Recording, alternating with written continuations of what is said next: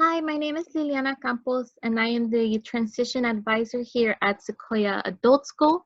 So this is a quick presentation on some resources for U.S. citizens and immigrants during COVID-19. So we want to talk a little bit about, just to remind everybody to help prevent the spread of COVID-19. So some things that you can do is to please keep your distance from each other. So please stay at least 6 feet away from each other. Wash your hands thoroughly, at least for 20 seconds.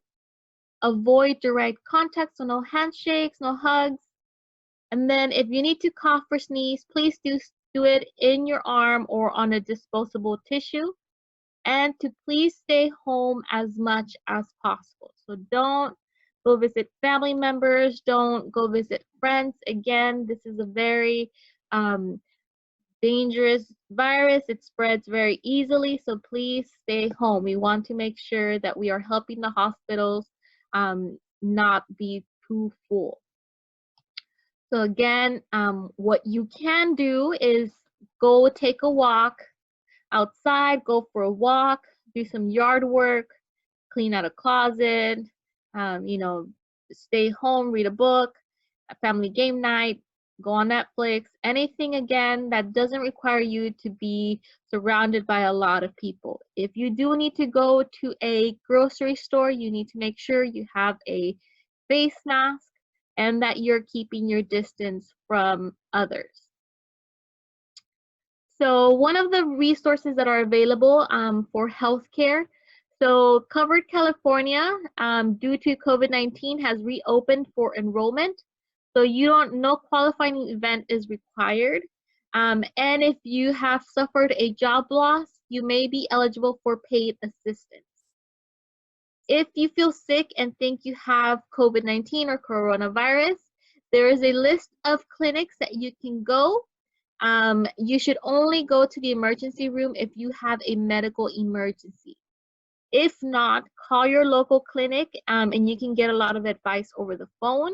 Before you go, I would also recommend that you call them because there's a lot of new rules because of COVID-19. So you want to make sure you are following those rules before you go. So this is where you can go and find the clinics.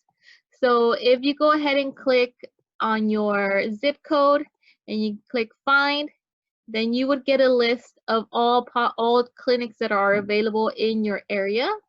And if you have Covered California or any other type of insurance, you can call them and see if they are accepting your insurance. And so that is for healthcare. So again, Covered California, and there's that list of available clinics. So the next resource available is also for food. So if you need groceries, St. Francis Center, Salvation Army, and the Boys and Girls Club of Redwood City are offering free groceries to anybody who goes. So Monday through Friday at St. Francis from 10:30 to 1:30 p.m. Monday through Friday to 9 to 12 p.m. at the Salvation Army, and Wednesdays at 5:30 to 6:30 p.m. at the Boys and Girls Club. The Fair Oaks Community Center is also providing emergency food Monday through Friday from 3 to 5 p.m. Hot meals are also available at St. Anthony's Church at their dining room Monday through Saturday, 11 a.m. to 1 p.m. The Boys and Girls Club is also offering hot meals, so drive-through 6 to 7 p.m. Mondays through Fridays. Street Life Ministries Mondays and Wednesdays at 7:30 p.m.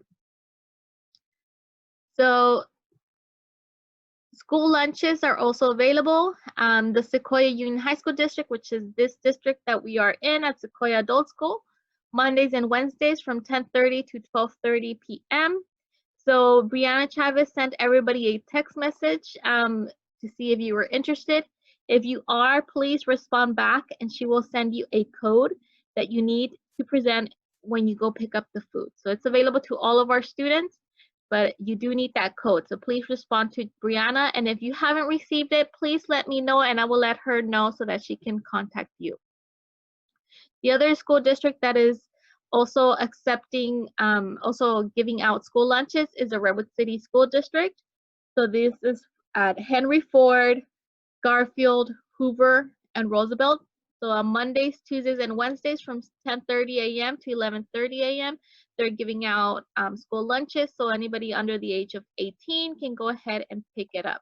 But if you're over the age of 18, then the Sequoia Union High School District is giving out free lunches to all of our students.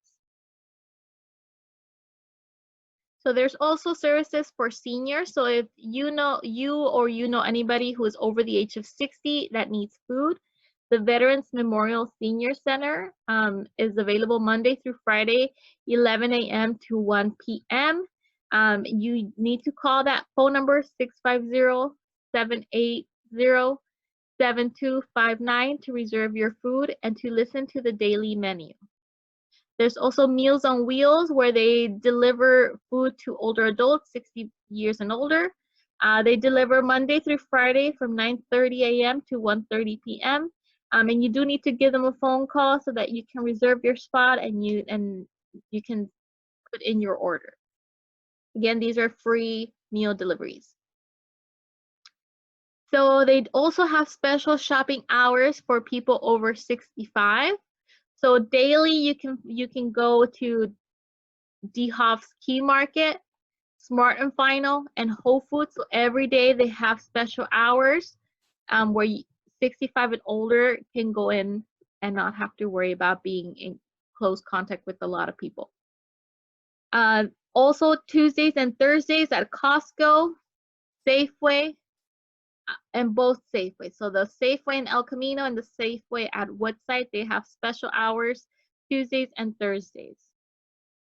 And then Wednesdays, Target has hours from 8 in the morning to 9 p.m. on Wednesdays. So these are just special shopping hours for people over the age of 65. The other thing I wanted to talk about is also the stimulus checks. So I'm sure you've all heard that the government's going to be sending out checks to U.S. citizens or any permanent residents. So you do not need to call. Most people do not need to take any action. You're going to see them. If you filed your taxes last year, you will see them in the account that's attached to your taxes. So they'll be sending them automatically. So you may be eligible to receive a payment if you are a citizen or aliens residing in the United States. So again, if you're a permanent resident, you qualify. And you must have a Social Security that is valid for employment. So the only exceptions are if you are claimed as a dependent on somebody else's taxes. So if your parents claim you as a dependent, then you will not be receiving a check yourself. You're only your parents. And also if you file taxes with somebody who does not have a Social Security number, so if your spouse does not have a Social Security number and only you have one, you both will not be receiving a check. So those are the only exceptions. Again, if your income is $75,000 or less, then your check will be of $1,200. If it's higher than that, then your check is a little bit lower. So there's also checks for immigrants. So Gavin Newsom announced a $125 million fund for immigrants. The state will not be issuing these checks directly. It will give the funds to a variety of organizations that have supported immigrants and have built trust with the families. So again, the government and the state will not be receiving any information on who applies. So the groups that are chosen will be responsible for electing 150,000 workers who will be receiving the checks of up to $500. And again, government will not receive any names or information. This will be done through organizations. So we don't have enough information yet. It's still being planned and still trying to decide which organizations are the ones who are going to be in charge of these checks. But once I know more, I will be sending out that information to all the students and helping you guys apply if you are interested. So again, this is new. We're working on it. The state is still working on it, and I will give you guys information as soon as I have it. So there are also some jobs that are hiring. So these jobs, you need a social security number or the right to work. So the Amazon is hiring at the warehouses in San Jose, Brisbane, and San Francisco. Instacart is also available for those who want to kind of work for themselves. Safeway, store employees and market delivery drivers are being hired. Smart and Final has some part-time jobs. Target also has jobs available that include working at the cash registers, stocking, and security guards, as well as the Postal Service is hiring. So again, these are just for people who are U.S. citizens or have the right to work. If you do not have the right to work right now, I'm currently working with Immigrants Rising, an organization in our community that helps a lot of our immigrants. I'm trying to see what is available for those people who do not have the right to work. So as soon as I get more information again, I will let you all know. But these are the jobs that are hiring. There's more grocery stores that are hiring too. So if you want to apply, please contact me and I will help you create a resume and fill out the application if you need it. So this is also about rental assistance. So I've spoken with a lot of students and they've expressed a need for rental assistance. I created a different video explaining the process in more detail. But if you have experienced a loss of income, such as you lost your job or you're getting less hours or getting paid less, you could qualify for rental assistance for the month of May. So Fair Oaks Community Center is helping out households pay their rent. So if you are interested in this, please contact me and I will help you apply. You do not qualify if you have paid leave or if you qualify for unemployment. So if you have one of those two things, then you do not qualify for this application. But if you don't, then go ahead and contact me and we can apply together. The requirements are that you must live in these cities. So you must live in Redwood City, North Fair Oaks, Portola Valley, Woodside, or Atherton. If you live outside of these cities and you still need help, please contact me and I'll give you that application for those cities. You also need a letter from your employer verifying your unemployment or reduction in hours. You need your lease or rental agreement, and you need an official ID for all the adults in the household. Again, in the video I created, I go into detail as to what exactly do each of these mean. So this is a page where you would go and apply. We'll go to that in a second. But please note that successful completion of this application does not guarantee rental assistance. Rent assistance will only be available for 1 or 2 more months because funds are running low. And so the applications for May rent assistance opened April 27th, and it takes approximately 2 weeks to process. So please apply now. So this is a website that's here. So it's available in both English and Spanish. So you can go ahead and pick that. So English and Spanish. So whichever one you prefer, you can go ahead and pick it. So again, more detail in the other video announcement. So like I said, I am working with organizations in our community that help a lot of our immigrants. So one of those in particular is Immigrants Rising. So Immigrants Rising helps our undocumented students, especially during this time of COVID-19. So here there is a list of all resources that are available to you if you are an immigrant or your family members. This is the English version. Attached, you can click on the Spanish version. So here, if you need relief funds, which is rental assistance, legal rights and supports for workers, housing, if you want more information on social distancing, you can go ahead and click on here. So again, this is all the compiled list. Like I said, they also have it in Spanish. So if you or your family members prefer to read it in Spanish, they have it here as well. So more information I get, I will let all the students know as well. So here at Sequoia Adult School, I've also created something similar to what Immigrants Rising has. So I have it in English and Spanish. So I've created, so everything that you just have seen in this presentation is in this document. Again, it's available in English and Spanish. But if you are looking for, information on food, all the food that I included in the presentation is here. So if you need any, hot meals, then we can go ahead and go to hot meals. And all the hot meals available are here. So the Boys and Girls Club, Streetlight Ministries, St. Anthony's Dining Room. So everything that we talked about in the presentation are on these documents. So I know it's a lot of information, which is why I'm putting my contact information. It might be a lot faster and easier for you if you just contact me with the question, and I will send you the link or give you the correct response so that you don't have to be searching for it through all these paperwork. But again, this presentation will be available to you as well as all of the resources list.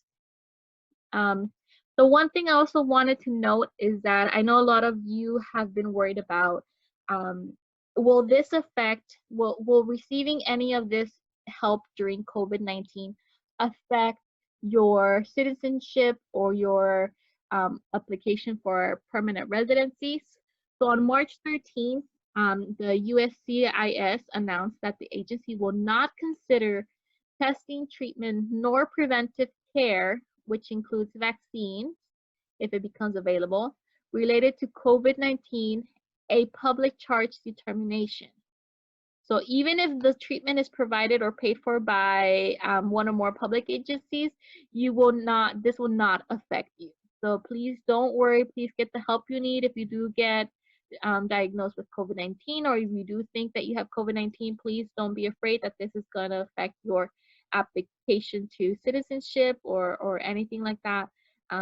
It will not. So please get the help you need if you need it. So again, if you have any questions or would want more information, please contact me.